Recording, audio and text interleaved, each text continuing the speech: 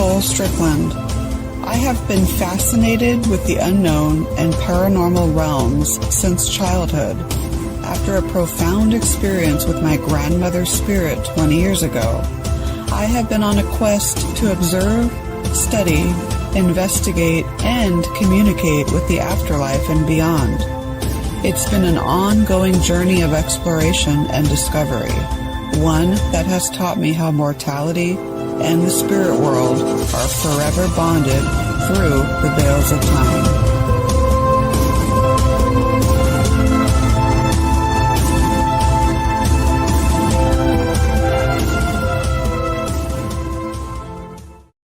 Good evening, everyone, on this Thursday, June 23rd, almost at the end of the month here. I can't believe it. And then we'll move right into July. Of course, you are tuning back into another episode of the Afterlife Chronicles right here on WLTKDB. You know the website, WLTKDB.com, where paranormal talk is our business and business is good. We have a fantastic show planned for you tonight. Of course, I'm Nicole Strickland, your host, and we have a great show, a great guest planned for tonight. We will go ahead and bring him in just a second, but just a few announcements. A reminder that there is a new mobile app for the station. So if you're an iPhone user or a Droid user, you can watch the shows via your smartphone, which is really cool. And then, of course, summer is here, so I have a lot of planned events like everyone else. So you can just go to my website at authornicolestrickland.com and look at the events page and see what those are all about. And then, of course, leading right into the event that I do want to talk about, because tonight's guest is the organizer of it, which is OC Paracon, which is going to be on October 1st and 2nd at the Sonesta Hotel in Anaheim, California, Anaheim's first ever paranormal convention, right? So Anaheim's claim to fame is obviously Disneyland and California Adventure, and now it's going to be the OC Paracon. So, okay, so if you have not followed us, of course, on our socials, just with that handle WLTKDB, it'll take you to our YouTube, Twitter, you name it, all Facebook, you name it. And then, of course, if you have not followed the Afterlife Chronicles on Facebook, you can get that by visiting at Afterlife Chronicles and Beyond. And of course, it's Podbean page at afterlifechronicles.podbean.com. So let's segue into tonight's guest. I am super honored to have Henry San Miguel. He has been a radio broadcaster for 30 years. That is super impressive. He's been a podcaster for 12. He's host of the Paranormal Perception show. And of course, like I said, the organizer of the OC Paracon, the first ever Paracon in Anaheim, which is so great. Owner of 22 Creations Multimedia, which is a multimedia production company that specializes in pre and post production for film and TV, sound design and audio production for radio, podcast, TV, broadcast media, you name it. So let's welcome him in. Henry San Miguel, how are you doing tonight, my friend? Hi, Nicole. How are you? I'm doing great. Thanks for having me on. Awesome. Yeah. I saw you and the family on Saturday, and now we're here on Thursday. So this week has flown by. It's crazy. Yeah, the Queen Mary. That was fun. I hadn't been there actually since I think I told you since I was 10 years old. Since I you were hadn't 10? seen Oh it my since then. gosh. Yeah, I can't wait till it opens and then you can go on board. Oh my gosh. Yeah, me too. Sorry, I was needing some water. Yeah, that's crazy. So they're shooting for October 1st for the ship to reopen. So we're keeping our fingers crossed on that. So I can't wait for you to get on board. So again, thank you so much for joining me tonight. And of course, inviting me to be a speaker at this amazing event in October. I know so many people are pumped for it. So many people are excited. So we'll definitely talk about that. But I thought I'd start out with, what precipitated your interest in the paranormal and how that all started for you. Because I know, like me, it started for you when you were very young. Yeah, I always tell people when they ask me, I always say I didn't go looking for the paranormal. The paranormal found me. Yeah, exactly. It's when I was 4 years old. I grew up in San Francisco, and the home that I didn't find out till after this experience I'm about to tell you. I call it the haunted mansion because we didn't find out till we sold it a few years ago. There was an actual portal in there, so that explained a lot of things that I'll probably mention in a second. Oh my gosh. Yeah, but my first experience was when I was 4 years old. It was middle of the night, 2, 3 in the morning. Don't remember.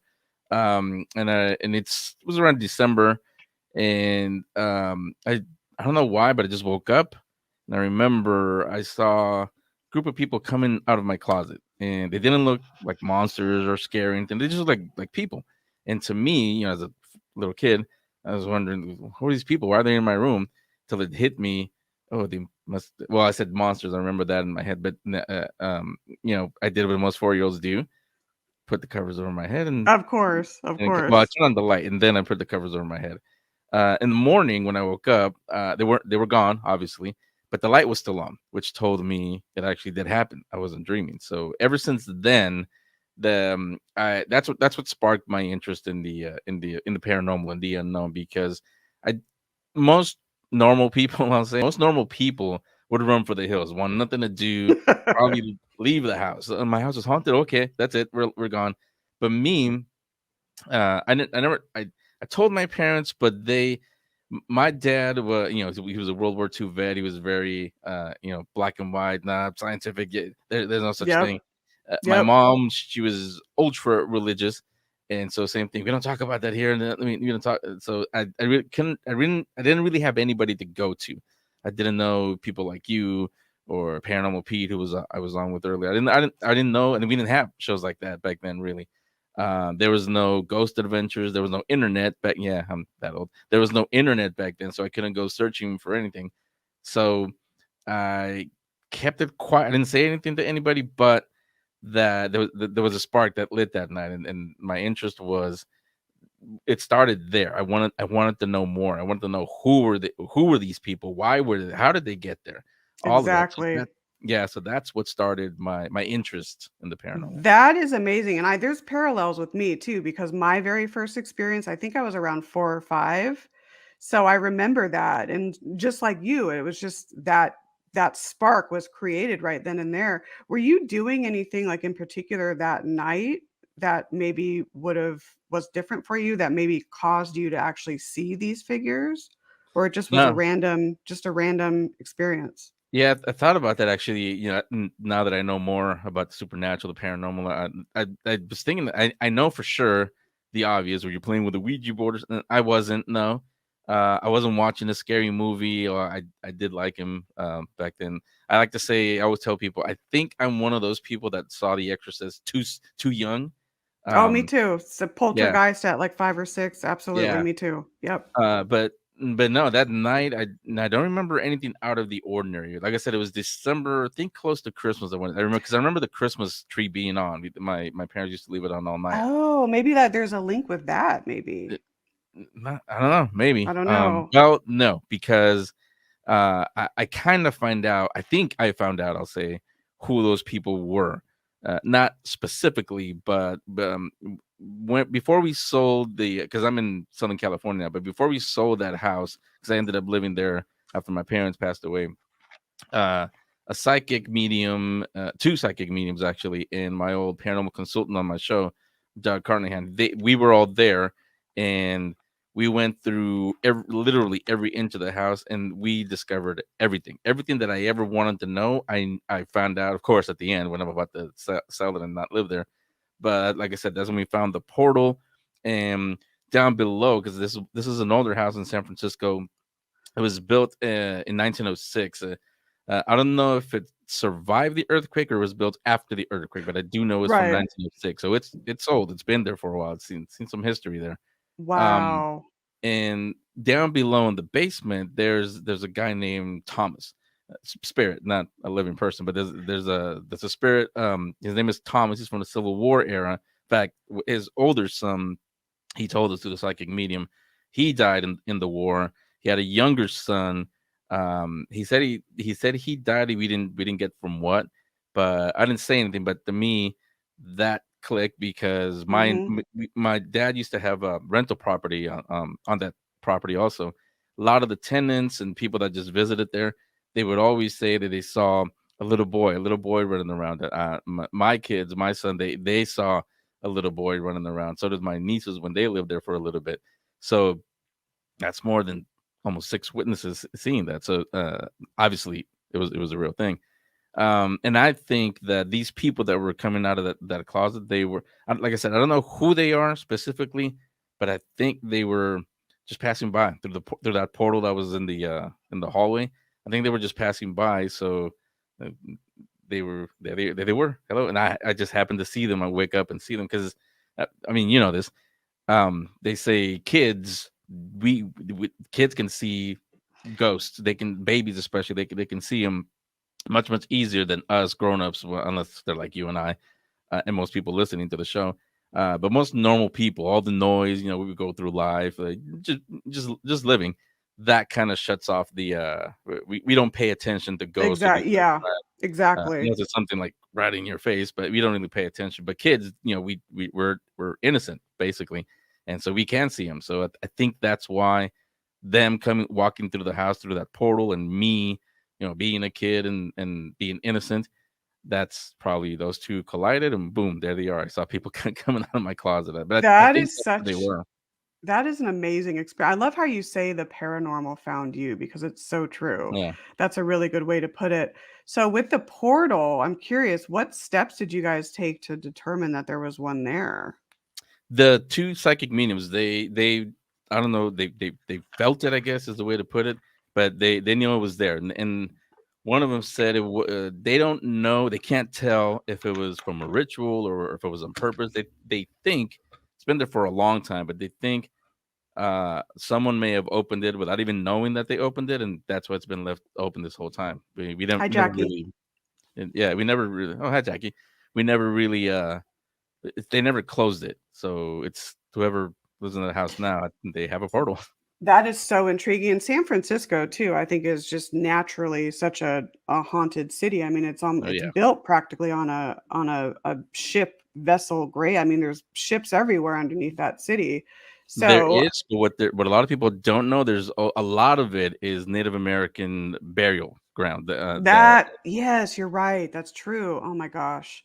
So that yeah, right there, that's and then I imagine too, like, did you have a lot of different properties around that house or were you pretty I mean, I imagine if it was right in San Francisco, you would, it was yeah, you had no, homes on either those that have side. been there or live there, San Francisco, you're literally everybody's on top of each other. I mean, Yeah, yeah. I know everybody knows San Francisco as a big city. It's really not. Whenever people visit there, especially from out of state, out of town, and they don't believe me, San Francisco is a big city. What are you talking? I take them to Twin Peaks, which is the highest mountain, really the only mountain in the city. You go there, they look at it, and they realize, yeah, it is kind of small because Pacific Ocean starts over here. You take a few steps, and there's the end of San Francisco, and that's it. It's pretty small. So yeah, they don't build out, they build up. So everybody's on top of each other. That yeah, I know, right? I love San Francisco. I think the first time I went, I think it was like around 9 or 10, and it's weird. My mom and I actually every summer would take road trips, and then Hmm. we would go like to San Simeon and Monterey to Hearst Castle and San Simeon, and then up to San Francisco and back. It's truly an amazing city. So, did you work with teams up there, paranormal investigative teams, before you came back down to Southern California, or how did that work for you up No, there in San Fran? no, I never joined a team. I've never been part of a team really. I've never im- properly investigated, if you want to put it that way, with a team. Like I said, everywhere I go, the paranormal just seems to find me. Even if the location I'm at, whether it's like you mentioned, I've been doing radio pretty much my entire adult life, even before I was an adult. Every radio station, most of them were in San Francisco, some were over here in LA, some in the East Coast. But every radio station I've been at never failed. It was haunted. But funny thing is, only when it was my shift, that was the only time it seemed to be haunted. They wanted to come out. So I was never part of a team. I've never, not that I don't want to. It's just Yeah. um, I don't know why. Really, that no one's ever asked me to join a team. So no, I've never been part of. There's a lot in Northern California, a lot of teams there, but and I knew a lot of them. A lot of them were on the show, and I did do events with them, but I never was part of a team. And you know what? You don't really need to be. I mean, you can investigate the you don't have to be a part of a team to investigate the Yeah. paranormal. I was just curious if there were any groups up there that you worked with. But so you've had what, 30 years in the radio broadcasting field. Did your interest in the paranormal fuel your career choice at all in that, or how did that come to be? In a way, yes, but not radio because that wasn't my dream job. My dream job, I wanted to be a child psychologist or a high school counselor, or something in psychology, and Nice. that had something to do with with that. With I still had a curiosity, still do to this. Obviously, I do a show called Paranormal Perception, but I always had a curiosity on the supernatural, the paranormal, anything weird. Yeah, I was a weird kid in school. While everybody was talking about the 49ers because they were winning Super Bowls. That time. I was talking about Marvel Comics and Star Wars and Ghost and like, okay, that's why nobody sat with me at lunch. But Oh, I would have sat um, with you at lunch, Henry. I would have, because I'm right up in yeah, that alley, right yeah, there. I wish I knew you back then. That would have been more fun. Lunchtime would have been more fun. But no, the career well, what I wanted to be my career, my dream job. Everybody asks, "What do you want to do when you grow up?" I never wanted to be in radio and I never even knew how you got into that. I thought it was cool. Everybody listens to radio, listens to music, or talk radio back then. Not so much, but again, me being the weird kid, I was a kid that did listen to talk radio back then.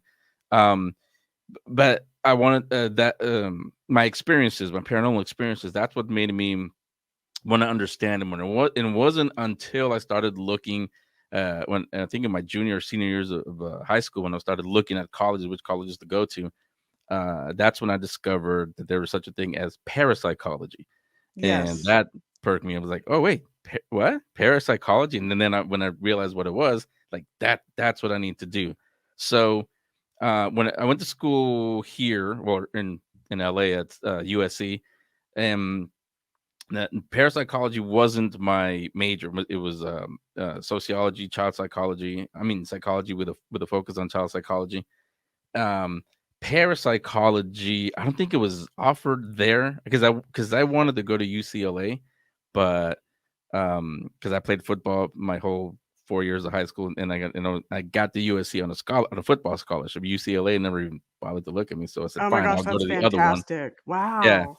Um, but when they offered, I forget what it was called, but it wasn't even paranormal. It was just uh something on the fringe of psychology. That's what they called it back then. Now I'm sure every college, everywhere, even high schools probably do parapsychology classes now because it's more accepted today than it was back then.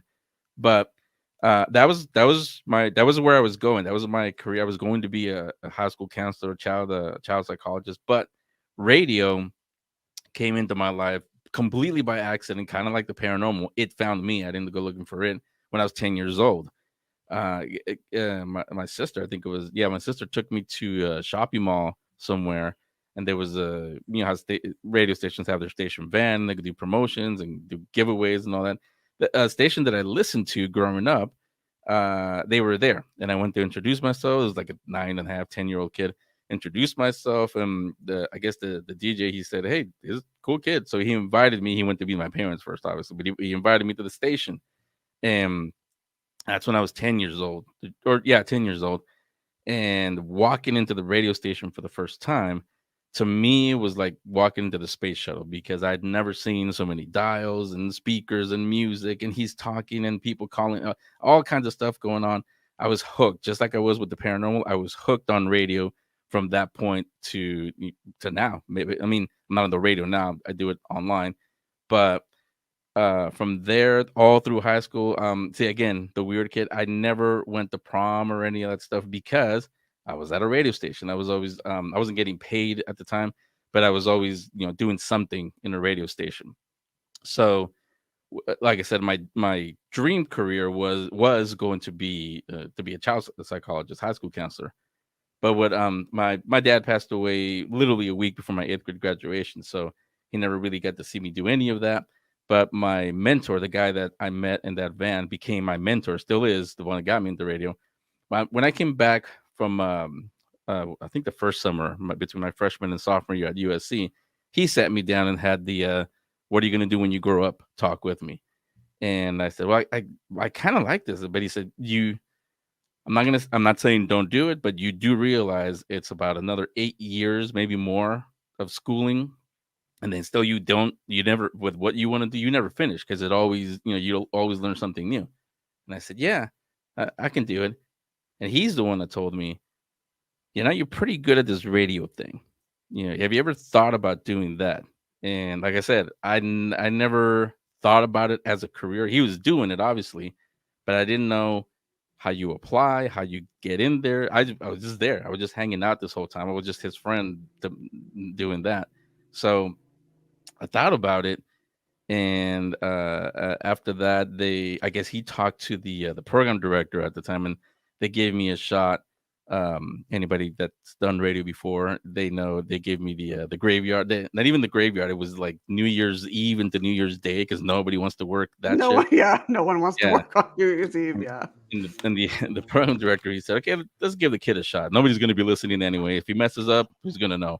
So they let me do it, and it was fine. I mean, it was kind of like what we're doing right now. It was just like breathing to me, which makes sense. What my mentor was saying, that you're pretty good at this radio thing. That's what he meant. So from that point to now, it's been radio. So yeah, I mean, the paranormal didn't affect directly the career. Everything chooses me. The career that chose me, media.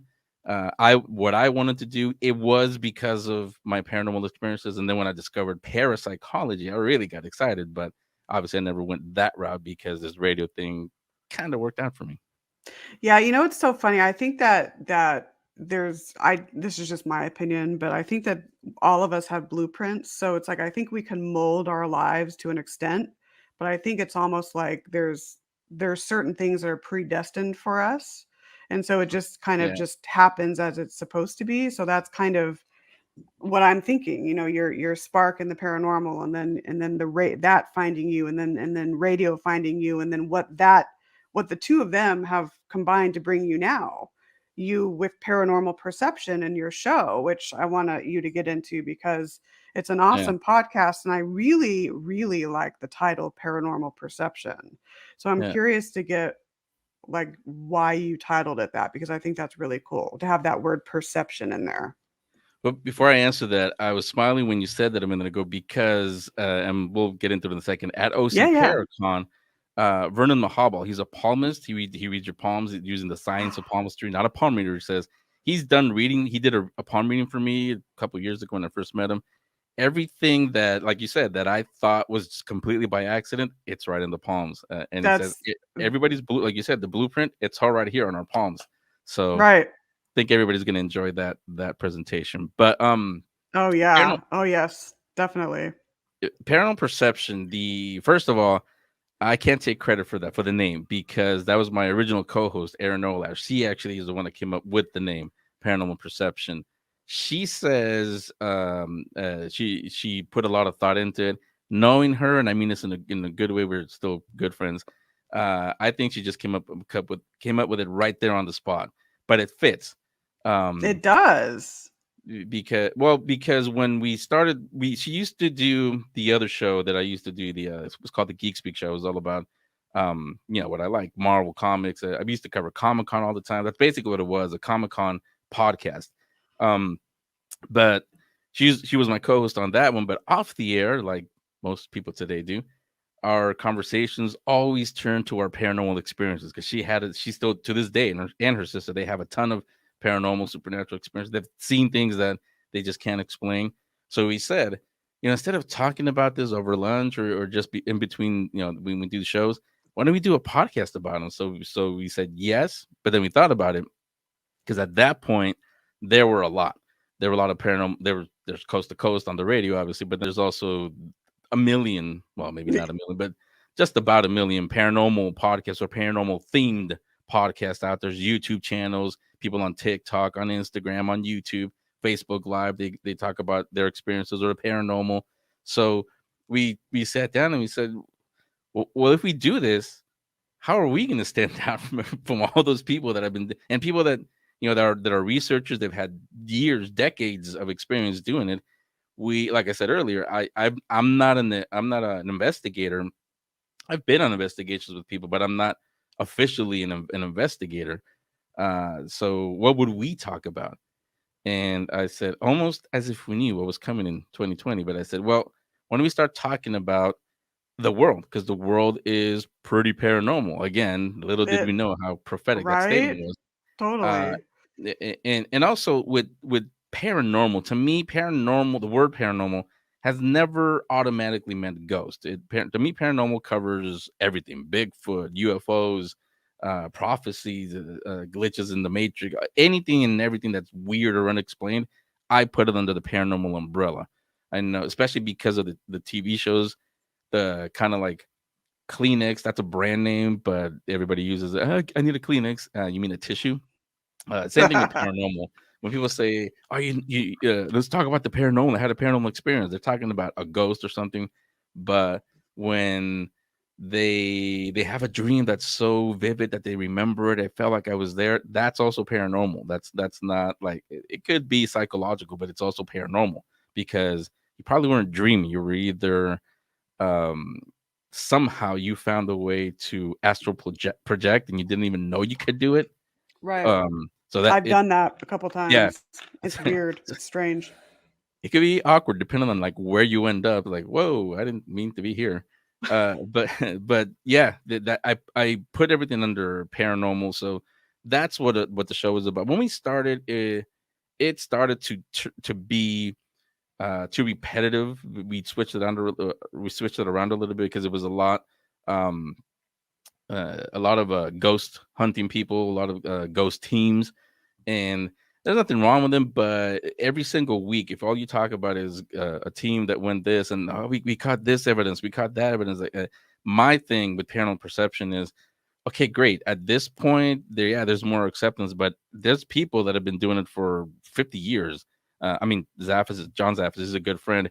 He always says, "I'm older than dirt" when he comes on. He's been doing it, even when he learned from his aunt and uncle. Yeah, There are people that have been doing it. he's a great guy. I've met him. He's super Yeah, cool. and he agrees with the way I wanted the show. With okay, how long are you going to live on the same thing, or how long are you going to make your name on the same evidence, the same this, the same that, the same little video clip, fuzzy video clip of a, I think it's a shadow, I think it's a ghost. How long is that going to go on? What's the next step?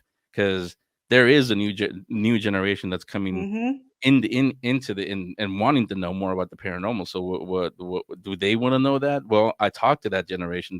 Their answer is no, because they're very interactive. They're very into it. They have their own channels. They can do their own thing. So and like most of us when we're kids, they don't want to be told how to do something. So they may want the basics, but then you do you, as the kids say. They want to do it their way. But I do try to, and all the guests that we have, including my paranormal consultants, Unearthing the Supernatural, the guys, they tell them, um, have fun, yes, get educated, but be safe, because it's not always ghosts that are out there. Sometimes you might run into some things that aren't even human. You don't want to mess with those. So that's really what paranormal perception is about. Especially, like I said, after 2020, you just look out your window. There's paranormal right there. Everything that Oh my goes like gosh. on an I hourly know. basis, we get paranormal. The whole world is just, and with the pandemic and everything, I think it's weird how I in the last few years, more and more people are coming forward talking about their experiences, and Yeah. it's not as, it's not as taboo anymore. So, it's weird how that happens to be, but, you have a lot of good insight, and I know we have to take a break in a couple of minutes, but and we can obviously talk about this after the break as well, but, you have a lot of insight when it comes to the paranormal and all of that. Where do you see the field of it? Whether it's just like you said, the entire umbrella, whether it's, cryptozoology, ghosts and hauntings, ufology, for example, where do you see the field heading in like maybe 5 or 10 years? Well, I think we're seeing it literally happen in front of our eyes, and I Mhm. hope it does go this way, because this is actually a good thing. Most people think, oh, is a lot of negative stuff? There's some, but the good thing that I'm seeing, even though we didn't really get a lot of stuff, are we getting all these UFO hearings? I'm really hoping that the kind of acceptance that Ghost and talking about Ghost, the way like you and I are doing the show right now, it's on the radio, it's on TV, documentaries and film, that the UFO community seems that they're finally getting that acceptance. So, I mean, when they saw the Tic Tacs, the hearings that we've had, even though, like I said, we didn't get a lot of information out of it, nobody trotted out the little green aliens, like, here they are. We didn't get that. But more people are saying, huh, well, if the government is saying maybe they are real. So like I said, with the UFO community, and I'm sure a lot of them agree. I hope that it goes that way, where they get the kind of acceptance that we're getting over on the supernatural, on the ghost, on the demon side, on the I demon side. agree. I agree. And as far as like the media, the TV shows, everything, not the TV shows, those are fine. Ghost Adventures is obviously the top one. Those are fine. I mean, I said it, I think, a couple of days ago on Pete Show, that they're fine, but don't take those as gospel. Those are not where you go to find out, like, how do you do an investigation, or how do I get into ghost hunting. I But agree. what I am see another good thing that I'm seeing is, they call it elevated horror. A lot of the horror films are not just the slasher, the jump scare kind of movies.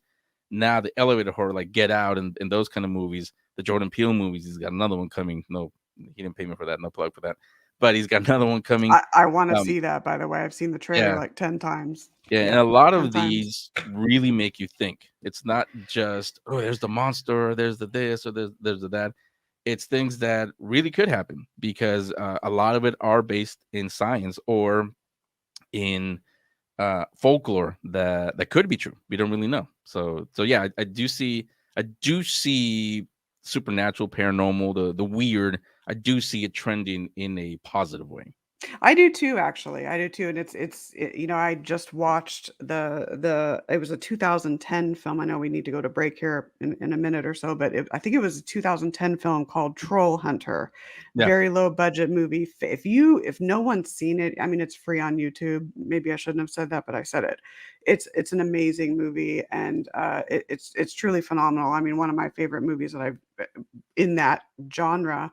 And it's interesting how you can combine different genres, and really, it makes you think. So anyways, more on that after the break. We have to take a quick break, got to pay those station bills, and we will be right back, folks, so stay tuned.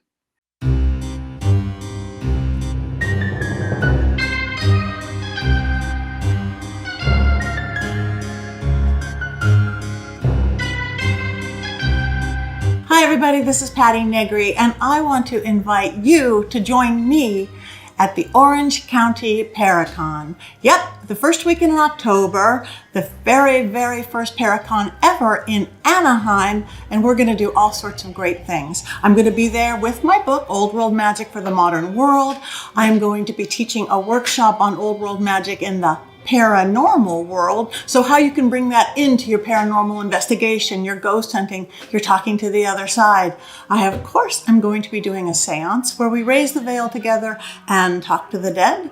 And on Sunday, I'm going to be a part of the Broadcasting the Paranormal panel. So you don't want to miss it. Join us. Everything is at ocparacon.com. I hope to see you there.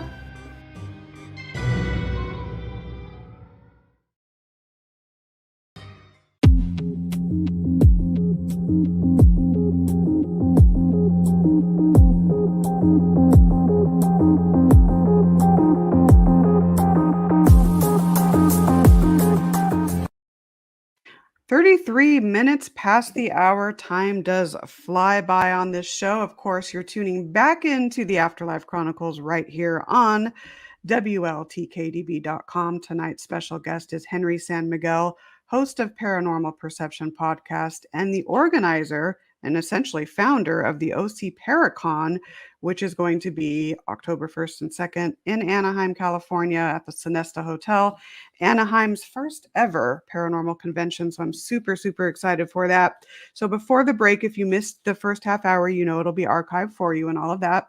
So before the break, Henry was talking about what spurred his interest in the paranormal and his radio career, and how just things kind of melded and came to be. And here he is now in the paranormal field, just enjoying himself. And it's a journey. That's what I always say to people. I always say, you know what? It's a journey. Like every case I go on, it's a journey. It's a new learning experience. So if you were, let's say, wanting to go on, let's say you had 3 top locations that you wanted to investigate, what would those be? in the entire Uh, world. at the top used to be Waverly Hills, but not right now. Those who listen No. to the show, they you know why we did a whole Yeah. episode on that, but it's definitely up there. That's one of them.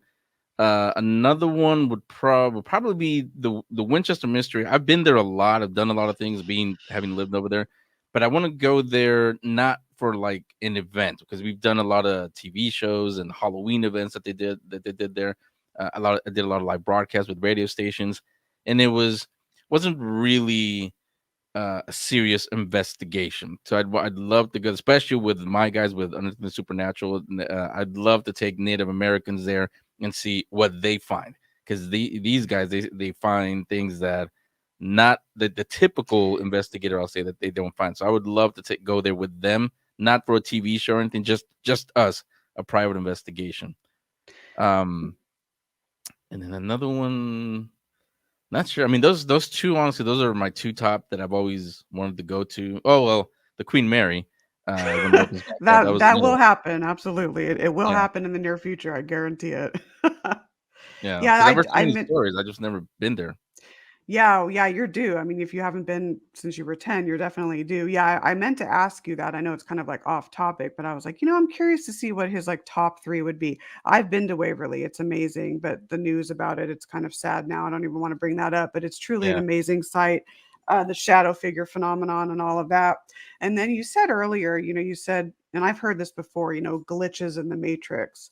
What are your beliefs? Because everyone has different beliefs on, some people feel like, oh, everything's all connected. Bigfoot's connected with ghosts, and every single paranormal event and entity, there's some sort of connection. What are your thoughts about this whole concept of glitch in the matrix? I honestly, I never thought they were connected. I thought they were all separate things: ghosts, demons, like Loch Ness, Sasquatch. I thought all of that was not connected at all. But especially now with the guys on Earth and the Supernatural, all the things that they literally are they live the name of the title of the show. They've given me a completely new perception on life, really, but on the paranormal specifically, That's where amazing. yeah, a lot of things, yeah, they are connected. There's some things I can't talk about because they've told me because they consider me like family, but we can't share it publicly yet. Of But course. there are definitely connections to them. When when someone says glitches in the matrix, I've noticed that it seems to have a different meaning for different people. I guess it's depending on Exactly. who you Exactly. are. The way I see glitches in the matrix is I don't think we're in a computer simulation. A lot of people think that, and that's probably from the movie. That's where they get that from. Right. But Right. I don't think that. I don't think we're in a computer simulation. When I say glitches in the matrix, what I'm referring to is, especially if like from 2020 to now, but even before that, things that are too obvious, things that uh, seem even though they're like 9/11 and things like that, even though they're huge tragedies, wars that happen, assassinations, shootings, all the things that happen, uh the facts then line up a little too neatly. That's what I call glitches in the matrix, where we're getting programmed to react a certain way. And I've said it many times on Paranormal Perception on my show, coming from the broadcasting side, believe me, I have been approached by people that they do tell us what to say, how to say, so that we can evoke a certain reaction from the people. And now that we have the internet, there's memes and people put it up that from all over the world. Everyone has the exact same narrative. Everyone says the exact same thing. Everyone delivers it in the exact same way. That's part of that matrix that I'm talking about. I know that's real because that's how I made my living. And it's part of the reason why I didn't want to continue to be in that, and I wanted to do it here online. So that when I say glitches in the matrix, that's what I mean. That's what I'm referring to.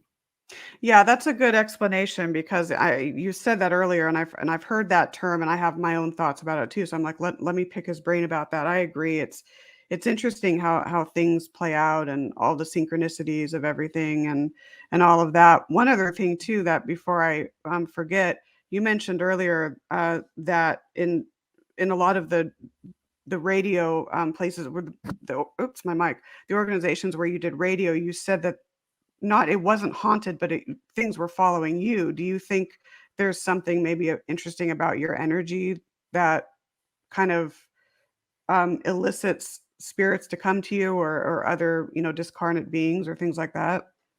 Knowing what I know now, yes. And well, it's a combination of two things. That is, now that I know about my aura, my energy, yeah, obviously it's that. I'm like a magnet. The other Right. thing is, like I said, most of my radio was done in San Francisco. And like we mentioned earlier, not a lot of people know. A lot of San Francisco is Native American burial. Nobody even knew they were there when they started digging and building those huge skyscrapers. They stopped because oops, we ran into it. So they had to find the tribe and do the right ceremonies. Yes. Yep. But when you do that, like with any spirit, you now have restless spirits. So Right. every time that something happened in one of the radio stations, there was always construction sites or something going on that probably stirred up those spirits. So again, now knowing, at the time, it was like that.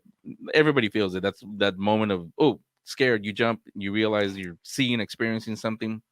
Then that's quickly replaced by thrill, like, oh, cool, I saw this, or I heard this, or that. So there was that reaction when I first experienced it, when I was in the radio stations. But now, looking back, and especially with the knowledge I have now, yeah, it's a combination of those two, why I experienced all that. Yeah, it's interesting. It reminds me, the Rancho Buena Vista Adobe, where I do the Spirits of the Adobe tours. Of course, they're on hiatus because of the pandemic, but it was about, I think, about a year or two before COVID-19 came out, and there's a park adjacent to the Adobe, and then we were told that in that park vicinity they did find skeletal remains. And so Mm. they thought, obviously belonging to some sort of Native American. So, the whole ritual, they stopped everything. They were actually, I think, building apartments. And so the building of the apartments were halted. So it's a very, very, it was interesting to witness that. And I think it halted the building of the property, I think, for a good like 2 or 3 months, because they had to do all of that, all of the research and everything. So, but getting back into because we've been talking a lot about podcasting and radio. There's so many different podcasts out there about different, paranormal, supernatural topics. You're a veteran in the broadcasting field. So for someone, let's say someone came up to you and said, "Hey, Henry, I really want to start a podcast. I want to have it paranormal themed, kind of feature guests from all different branches of the paranormal. What are some things I can do to get started? Like, what would your advice be to them?" The first is, be sure that you really do want to do it, because especially today in the atmosphere we live in now, they call it cancel culture now. It's always Oh, been I know. around. It's Yeah, that's crazy. always been around. But today especially, I can say hi, and I just probably offended 90 people out there just because I said hi, or the way I said Yes. hi, or didn't say hi. It's so sad. Like, what is Yeah. going on? So well, that's what I mean when I tell them that is not the cancel culture, but what comes from it to you. Because when you put yourself in the public eye, you're in the public eye. I mean, I know a lot of people hear that and it's like, oh, that's cool. I'd like to be famous. Uh, Believe me, and this is not a brag, I've been famous. It is not that cracked up. It is not as cool as people think it is. You lose a lot of your privacy. You lose a lot Mhm. of, you can't do a lot of things. And especially when you're on the radio or on television all the time, when you do a weekly talk show, or on the radio, when you're on 5 days a week, everything you say is scrutinized, especially today in the cancel culture we live in. Everything you It's say is scrutinized. So so instead of, frustrating. yeah, that's the first piece of advice I would say to somebody that wants to. I want to do a podcast. I want to do a YouTube, or this. I said, make sure. I don't tell them, make sure you know your topic, because obviously you have the passion. That's why you want to do it. But Right. make sure you can handle what comes with it, because kind of like the pros, you've got to have really tough skin. And if you don't take rejection well, this might not be. You might not want to do it. That's really good advice. And then too, like the time too. for it. You know, Yeah. you have to commit your time, and I'm one of these that I'm more about quality over quantity. That's just how I've always been. So, but that's good advice. And I mean, it's so saturated, the market with different, paranormal podcasts, but it's in a way, there's pros and cons to that because you get different viewpoints and different guests come on. I can't tell you what I've learned. I mean, every guest that I have on my show, I learn something new. So Yeah. it's, picking people's brains, and, we're all kind of going for the same thing, hopefully, and aiming for the same, thing, which is trying to figure out, not necessarily prove the existence of the paranormal, but we all have that passion to explore the unknown. So yeah, that's really, really, really good advice. What else here? I know we're 15 minutes. I want to leave some time to talk about the OC Paracon because that's huge, and the origins of it. Because I know last year you had the conference, but you had it virtually. Yeah. So let's go ahead and talk about that and kind of how that all came to be, and what people can expect. Of course, they can go to the website, but what people can expect, because before you know it, it's going to be October 1st, folks. Yeah. Yeah. It's today. It's I think 100 days until Halloween. So it's Oh my probably God, that's last till nuts. last till OC Paracon, which is on October 1st. So it went virtual last year. The idea for what eventually became Orange County Paracon actually started in 2020, before the world shut down. Because when I Yeah, moved here, it was amazing to me. I asked because I'd covered, like I mentioned, back in San Francisco, Northern California. I've covered paranormal conferences there. There's a ton of them over there. There's some in Arizona, and in yes. Pete does his. There's a lot of them in the East Coast and the Midwest. There's a lot of them, but here in the LA, the Orange County area, there aren't any. There's film festivals. There's San Diego Comic Con. There's Midsummer Scream. There's all the Halloween haunts that pop up. Not Scary Farm when that was happening. I think it is happening again this year. I The think Queen so Mary, too. yeah, the Yep. Queen Mary. All we have all of those, but that there's never been a paranormal conference like what this one's going to be like what Pete does, and what everybody thinks of when you say paranormal conference. And I know because I asked people who've lived here their entire life, people that are paranormal celebrities, that are they're researchers, there's medium psychics. They have teams, they're part of a team. And I've asked them, have you guys ever attended or been to a Paracon here in LA or in Orange County? And the answer was no. They had to think about it. Like, no, there's never been one. So I said, It's so ironic. why not? You'd think like Yeah, LA would have a lot, right? It's so crazy. And yeah, even San Diego. I mean, the last one that I know of was the Maritime Ghost Conference in 2010. yeah. So it's Yeah. insane. I don't know if it's because people get intimidated by the fact that you'll be competing with Knott's and Disneyland and everything that's here, Universal, all the things that happen.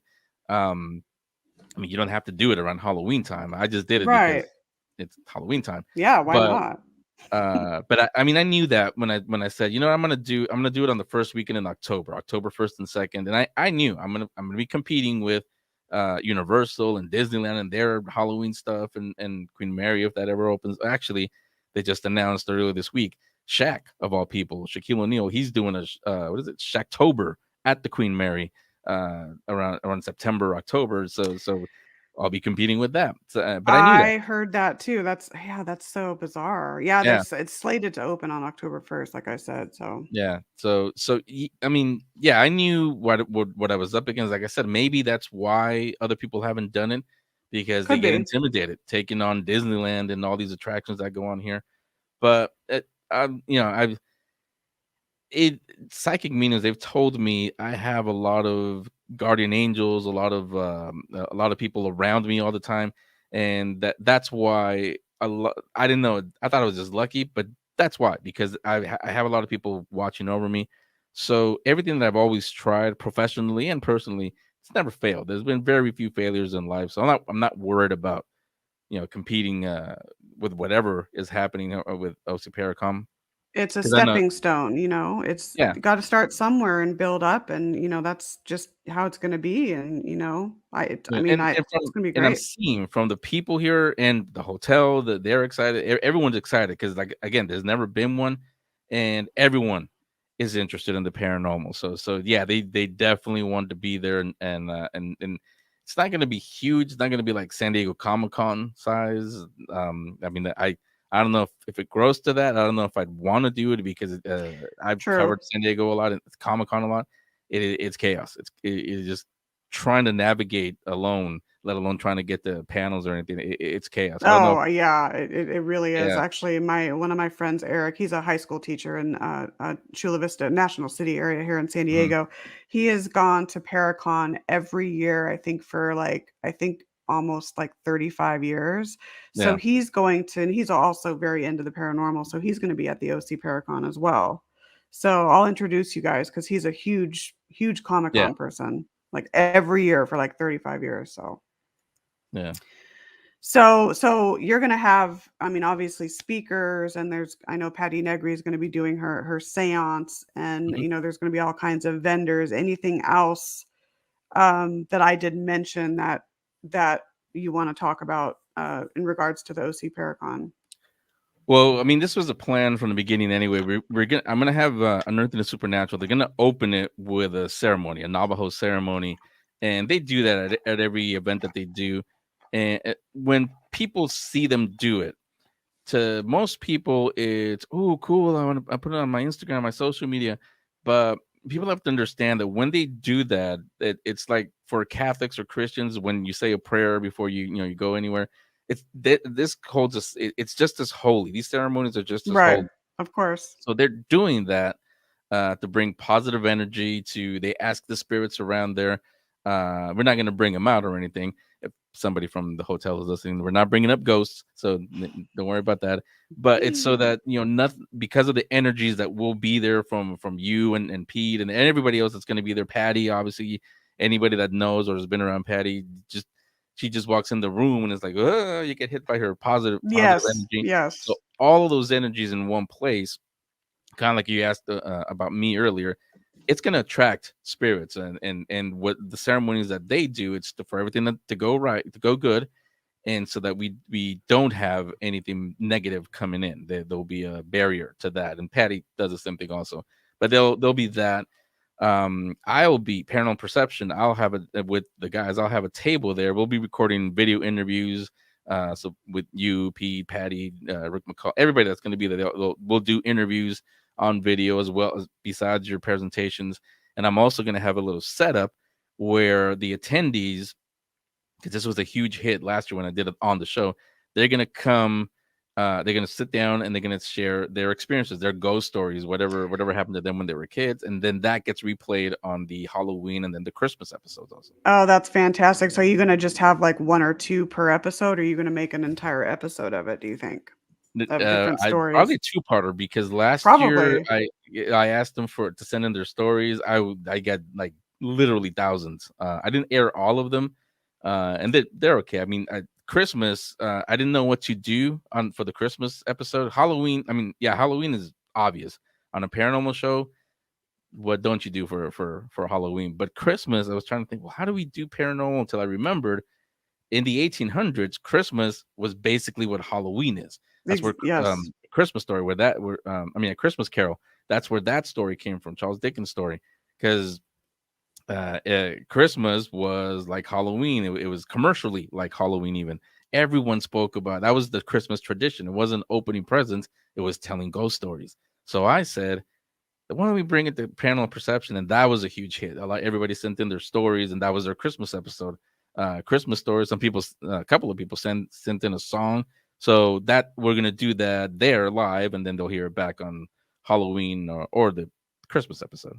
I'm like so excited for this. And of course I'll be, speaking about the Queen Yeah, Mary, the history and my experiences on board spanning close to 20 years. But I think it's going to be such a great event. And I think having these amusement parks nearby, I mean, there's pros and cons because I think that is going to draw people in as well. yeah, hmm So I'm really, really looking forward to it. And you kind of touched on this as well. One of my questions was, what do you see for the convention in the future? What's the future of OC Paracon? But you kind of already touched on that a little bit. So, and I commend you. I'm very honored that you asked me to be a part of it. I'm super, super excited. Um, So with the few minutes that we have left, anything, any other events that you want to plug, or any other, you know, things that you're working on that you want to share? The mic is yours. Yes. He's like, yes. Next Friday, we're gonna go and we'll be starting 4th of July weekend. It's our birthday, the country's birthday. So you guys get the presents. What I'm gonna do, I'm not gonna tell you all the details now. It'll be on ocparacon.com next Friday morning. There's gonna be a special on tickets. Like I mentioned with Pete and on the show, not just gas, everything, prices, everything is going up, and people are thinking twice, thrice, even about taking family vacations or summer Oh, I vacations, or know. even going I shopping. know. So to alleviate that a little bit, I'm gonna give you guys a deal for 4th of July weekend, starting Friday all the way through That's Monday, 4th of July this year, all the way through Monday. Go to ocparacon.com. You'll see a special there, and if that doesn't entice you to get tickets, I don't know what will. Probably giving them away for free, but I'm not gonna do that. I will mark my calendar to make sure to remind people of that. So I'm this has been such an amazing hour. You have a lot of insight in the paranormal field, which is great. A lot of similarities too. You know, like I said earlier, you know, my very first experience was when I was like 4 or 5, and all of that. And like you wanted to be a high school counselor. Actually, I got a master's in that and have done that. So Mm. a lot of it's weird how, and I don't know if I mentioned this earlier, but it's, you know, working in the paranormal field, I think it like attracts like. You kind of Yeah. mentioned this, you know, and people that are supposed to meet and work with each other in the field are going to meet. So just incredible people that I've met in the field, and I can't wait to meet all the speakers. I know a few of them, but there's a couple that I haven't met yet. So I'm really, really, really excited. Yeah. Thank you so much for coming on the show. You're always welcome back anytime, Yeah. because Thank you I for know having there's me. all kinds of other things we can talk about in terms of the supernatural Yeah. umbrella. So there you have it, folks. That was Henry San Miguel, of course, host of Paranormal Perception and organizer of the OC Paracon, Anaheim's first ever paranormal convention, which of course will be taking place October 1st and 2nd at the Sonesta Hotel in Anaheim, California. Of course, you can go to the website there at www.ocparacon.com. Of course, Paranormal Perceptions also on Instagram as well. Paranormal Perception 2, and then of course the OC Paracon on Instagram as well at OC Paracon. Thank you so much to Henry for joining me tonight. Great episode.